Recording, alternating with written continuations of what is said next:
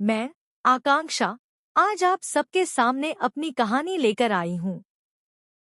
यह एक ऐसी सच्ची दास्तां है जिसमें मैंने अनगिनत मुश्किलों और अन्याय का सामना किया। यह मेरी आप बीती है, जिसे बर्दाश्त करने के लिए मुझे बहुत हिम्मत जुटानी पड़ी। मुझे नहीं पता था कि इस दुनिया में कुछ लोग अपने स्वार्थ के लिए किसी भी हद तक गिर सकते हैं। शायद मेरी यह कहानी सुनकर आपके भी रोंगटे खड़े हो जाएं। मैं एक जॉब करती थी और इस दुनिया में मेरे पापा ही मेरा सब कुछ थे। हमारे परिवार की हालत ठीक नहीं थी, क्योंकि मेरी माँ का देहांत 5 साल पहले एक गंभीर बीमारी के चलते हो गया था। दोस्तों, कहानी में आगे बढ़ने से पहले आपसे अनुरोध है कि अगर आपने हमारे चैनल को सब्सक्राइब नहीं किया है, तो कृपया सब्सक्राइब करें। वीडियो पसंद आए तो लाइक और कमेंट में अपनी राय जरूर दें कि आपको हमारी कहानी कैसी लगी। मेरे पापा ने बड़ी मेहनत से मुझे पढ़ाया लिखाया और मुझे इस काबिल बनाया कि मैं जॉब करने लगी। मेरे पापा मुझ पर बहुत भरोसा करते थे, हालांकि उनका व्यवहार सख्त और अनुशासन प्रिय था।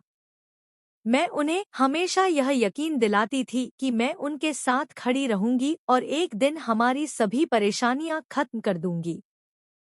हम दोनों बाप बेटी मिलकर इतनी कमाई कर लेते थे कि इज्जत से 2 वक्त की रोटी खा सके, लेकिन किस्मत में कुछ और ही लिखा था।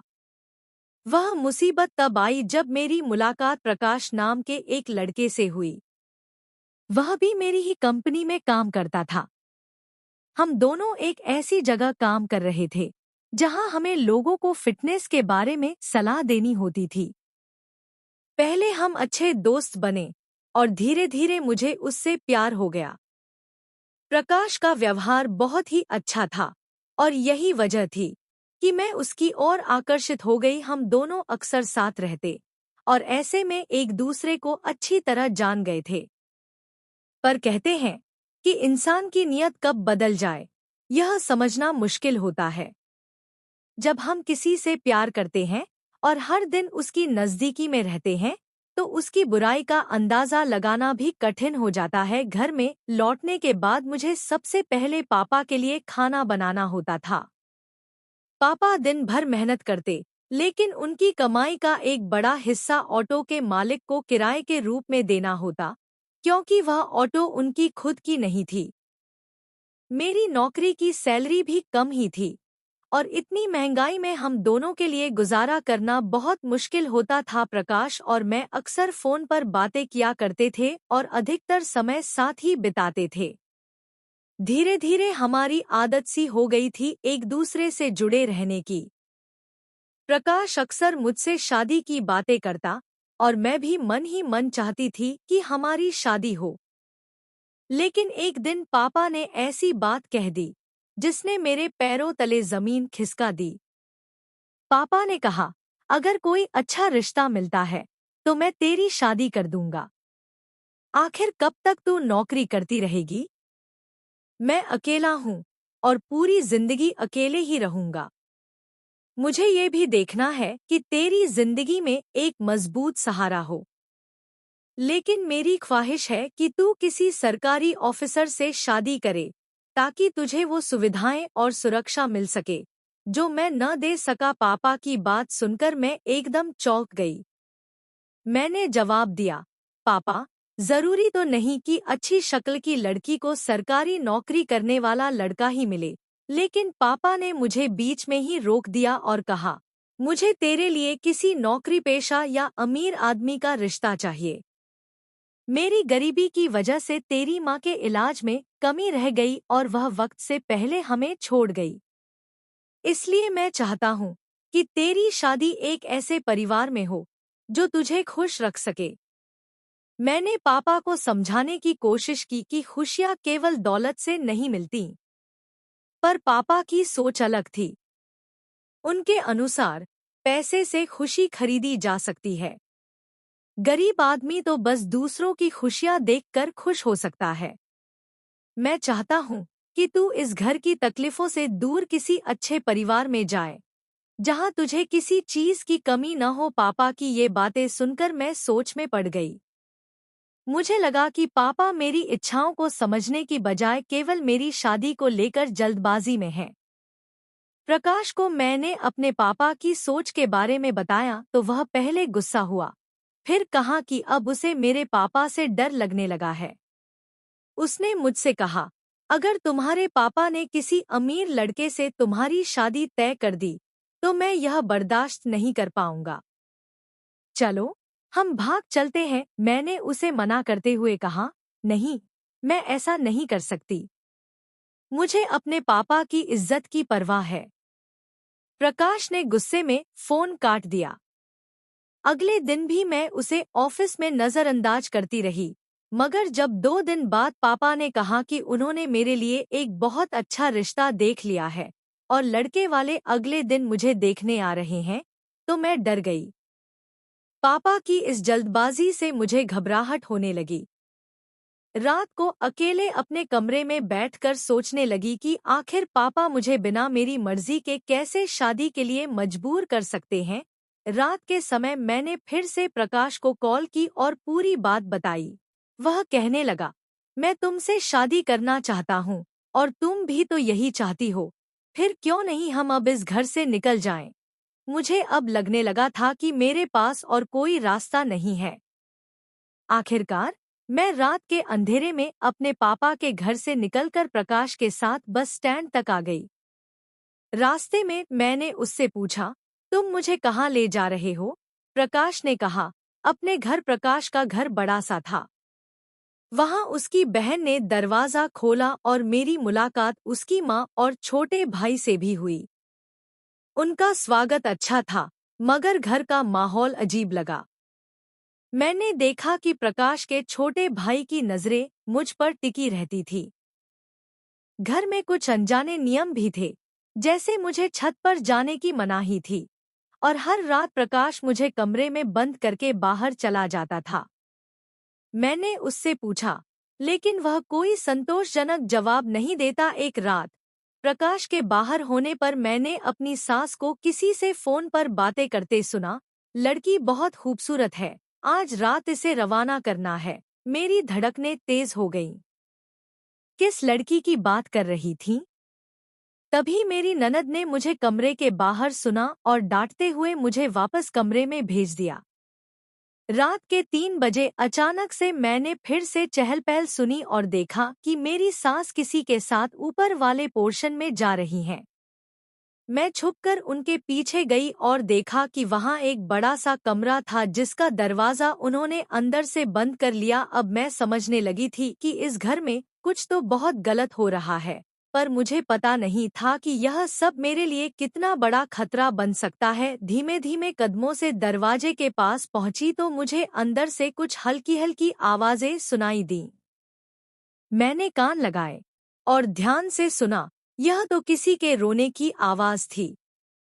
मेरा दिल तेजी से धड़कने लगा। क्या यहाँ किसी को बंद करके रखा गया था? मैंने धीरे से दरवाजे की झिरी से झांक कर देखा तो दृश्य देखकर मेरे पैरों तले से जमीन खिसक गई। कमरे के अंदर 3 लड़कियां थीं और उनकी हालत बेहद खराब लग रही थी। तभी मेरी सास की आवाज सुनाई दी, तैयार हो जाओ, रात को कस्टमर आएंगे। मेघ के हाथों तुम लोगों के लिए खाना भिजवाया था, लेकिन तुम लोगों ने अब तक खाया नहीं। ऐसे भूखी रहोगी तो कैसे काम चलेगा? वह आगे कह रही थी। तुम लोग यहाँ 1 महीने से हो और अब एक नई लड़की भी आ गई है। तुम में से किसी एक को अब अमेरिका भेजना होगा, इसलिए तय कर लो कि कौन जाने के लिए तैयार है। वे लड़कियां, जो पहले से ही रो रही थी, और भी अधिक गिड़गिड़ाने लगी। उन्होंने कहा, प्लीज हमें छोड़ दो। पिछले 1 महीने से हमें यहाँ कैद करके रखा हुआ है। हम अब और नहीं रह सकते। मेरी सास हंसते हुए बोली, यहाँ की यही रीत है। जो नई आती हैं, उन्हें कस्टमर के हवाले कर दिया जाता है और पुरानी हो जाने पर अमेरिका भेज दिया जाता है।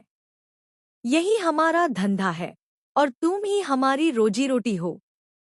अब चुपचाप खाना खाओ और रोना धोना बंद करो।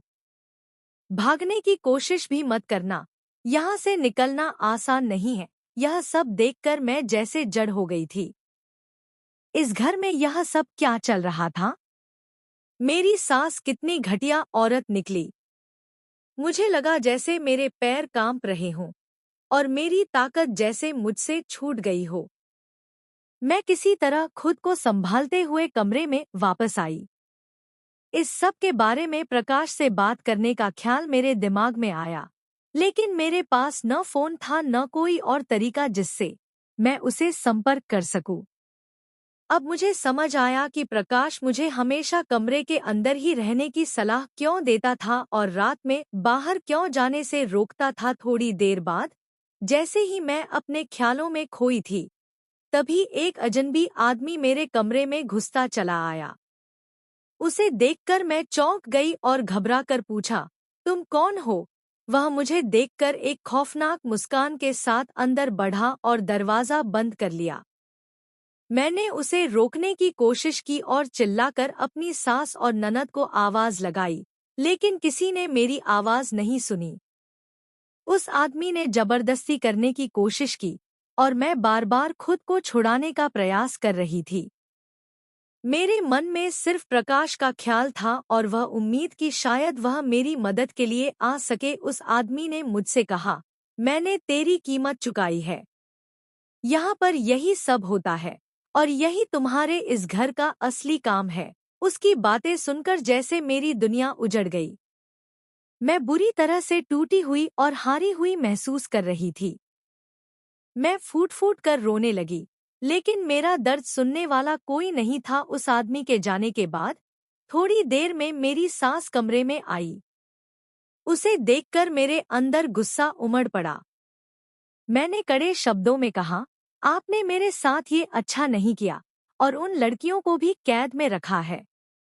अब मुझे आपके असली चेहरे की सच्चाई पता चल गई है। मैं हतप्रभ खड़ी थी और मेरा पूरा शरीर कांप रहा था। अपने सामने सास को देख मैंने उन्हें खरी खोटी सुनाते हुए कहा, आप कितनी नीच हैं। अपनी ही बहू के साथ ऐसा घिनौना काम करते हुए आपको शर्म नहीं आई। प्रकाश तो हमेशा मुझे आपसे बचाकर रखना चाहता था। अब समझ आया क्यों। मेरी बात सुनकर मेरी सास बेतहाशा हंसने लगी और बोली, प्रकाश? कौन प्रकाश? वो तो सिर्फ एक नाम है जो हम अपनी जरूरत के हिसाब से बदलते रहते हैं। उसका असली नाम मोहित है। उसने तुम जैसी न जाने कितनी लड़कियों को अपनी मीठी बातों में फंसाया और फिर यहाँ इस नर्क में ला फेंका। अब वो अमेरिका में और शिकार तलाशने गया है। यह सुनकर जैसे मेरे पैरों तले से जमीन खिसक गई। मैंने पूछा, तो क्या मोहित आपका बेटा भी नहीं है? वो ठहाके लगाकर बोली, बिल्कुल सही पकड़ा। हम लोग सिर्फ यहाँ धंधा चलाते हैं। मोहित मेरे बेटे जैसा है, लेकिन यहाँ रिश्ते नाते नहीं चलते। जो भी पैसा लाता है वही मेरा असली रिश्तेदार है। उसने न जाने कितनी लड़कियों को पहले ही हमारे लिए इस नरक में भेजा है और तुम तो बस उसकी एक और मूर्ख लड़की हो जो खुद चलकर हमारे जाल में आ फंसी। इतने में मेघा, जिसे मेरी ननद बताया गया था, कमरे में दाखिल हुई और उसने कहा, माँ, इसे चुप कराओ। इसका शोर सुनकर बाकी लड़कियां भी सवाल पूछने लगेंगी। अब मेरी आंखों के सामने सब कुछ साफ हो गया था। बाई ने आगे बढ़कर मेरे गाल पर एक जोरदार थप्पड़ मारा और बोली, बस अब कुछ देर की मेहमान हो, फिर यहाँ से भेज दी जाएगी और तुम्हें किसी भी हालत में ये जगह छोड़कर जाने नहीं देंगे। मैंने रोते हुए बाई से कहा, मुझे प्रकाश यानी मोहित से मिलना है। उसे कहो कि मुझे मेरे घर छोड़ दे। मगर बाई हंसते हुए बोली, अब कहाँ से प्रकाश? और यह जो तुम हो, यह न जाने कितनी बड़ी बेवकूफ हो कि अब तक नहीं समझी। यहाँ से कोई वापसी नहीं। जो आया है वह यहीं का होकर रह जाता है। मैं फूट फूट कर रोने लगी। उसी समय मेघा ने एक इंजेक्शन तैयार किया और मेरी बाह को मजबूती से पकड़कर उसने मुझे इंजेक्शन लगा दिया। थोड़ी ही देर में मेरी आंखों के सामने अंधेरा छा गया और मैं बेहोश हो गई। जब होश आया तो मैंने खुद को एक अजीब सी जगह पर पाया। चारों ओर कांच के पिंजरों जैसे कमरे थे और पास ही एक अजनबी लड़की भी लेटी हुई थी। उसके चेहरे पर गहरी तकलीफ साफ झलक रही थी। तभी एक डॉक्टर कमरे में दाखिल हुआ और मेरे पास आकर मुझे बेहोशी का एक और इंजेक्शन देने की कोशिश करने लगा। मैंने उसे धक्का मारा और भागने का प्रयास किया। घबराते हुए मैं बाहर भागी। वहां की सड़कें मेरे लिए अनजान थी, फिर भी किसी तरह भागने लगी। थोड़ी देर बाद मैं गिर गई। तभी एक गाड़ी मेरे पास रुकी और उसमें बैठे व्यक्ति ने मुझे गाड़ी में खींच लिया। वो आदमी भारतीय पुलिस अधिकारी था, जो इस रैकेट की जांच के लिए अमेरिका में था। उसने मुझे बताया कि कई देशों से लड़कियां गायब हो रही थी और इनमें से कई का यहां आकर प्रयोगशालाओं में इस्तेमाल होता था। मुझे देखकर उसने तुरंत पहचान लिया कि मैं भी इसी रैकेट का शिकार हूं। मैंने अपनी पूरी कहानी उसे बता दी। उसने मुझसे कहा कि इस गंदे धंधे को रोकने के लिए भारत और अमेरिका की पुलिस मिलकर काम कर रही है। मुझे अब यह समझ आ गया था कि मोहित और उसकी तथाकथित मां और बहन बस एक गिरोह थे, जो मासूम लड़कियों को अपने जाल में फंसाकर यहाँ तक ले आते थे। उस पुलिस अधिकारी ने मुझे भरोसा दिलाया कि वह मुझे सुरक्षित भारत वापस पहुंचाने में मदद करेगा। पुलिस मुझे अपने साथ थाने ले गई, जहां उन्होंने मेरे बयान रिकॉर्ड किए। मैंने पुलिस को जितनी भी जानकारी थी, सब कुछ बता दिया। सबसे पहले मैंने उस डॉक्टर की पहचान बताई जिसे मैंने वहां देखा था, और यह भी बताया कि उस जगह पर अभी भी एक भारतीय लड़की कैद थी। मेरी सूचना से हड़कंप मच गया और मैंने अमेरिका में जितने भी बयान दे सकती थी, वो दे दिए थे। बाकी के मामलों को अब वहां की पुलिस को संभालना था। इसके बाद मुझे भारतीय पुलिस अधिकारी वापस भारत लेकर आए। भारत लौटने के बाद मैं उन्हें प्रकाश के घर ले गई, जहां इस संगीन काम को अंजाम दिया जा रहा था। प्रकाश और उसकी टीम को यह यकीन था कि उनकी सच्चाई कभी उजागर नहीं होगी, क्योंकि अब तक कोई भी लड़की उनके चंगुल से निकल नहीं पाई थी। मगर पुलिस ने उन्हें गिरफ्तार कर लिया और मैंने वहां मौजूद अन्य लड़कियों के बारे में भी जानकारी दी।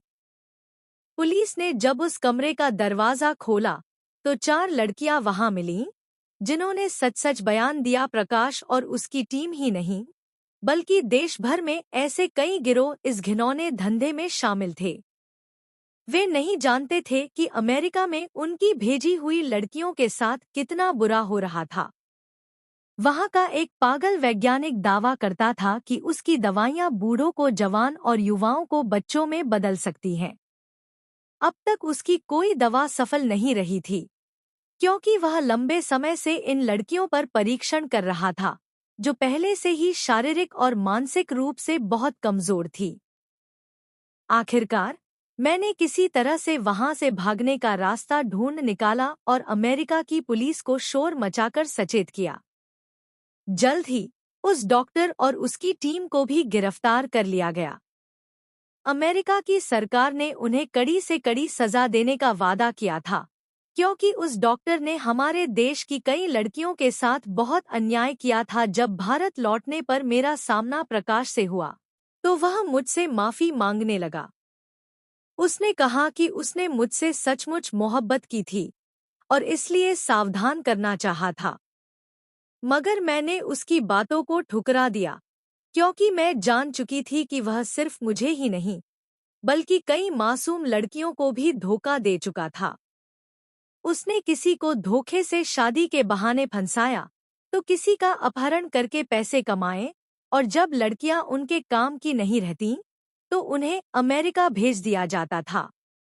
इस तरह के गिरोह के कई लोग गिरफ्तार हुए और उन्हें कड़ी सजा दी गई। मेरे पापा ने मुझे समझाया कि माता-पिता कभी अपने बच्चों के लिए बुरा नहीं सोचते। उन्होंने मुझे माफ कर दिया, क्योंकि मेरे बिना वह बहुत अकेले हो गए थे।